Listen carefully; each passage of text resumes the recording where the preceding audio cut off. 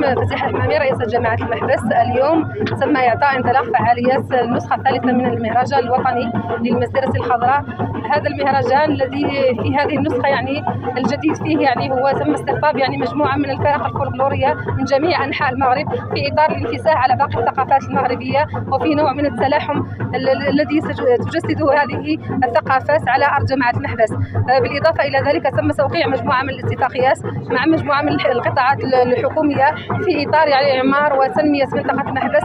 تخللت هذه الاتفاقيات يعني اتفاقية لتهيئة جامعة المحبس وتوفير مجموعة من المساحات الخضراء والملاعب الرياضية، كذلك إعطاء انطلاق مشروع الإنارة العمومية، بالإضافة إلى تدشين متحف حفظ الذاكرة الخاص بالمقاومة وجيش التحرير بتمويل كامل من جهة قلميم ودنون. كذلك يعني تم إعطاء يعني انطلاق مجموعة من المشاريع التنموية على أرض جامعة المحبس الحدودية.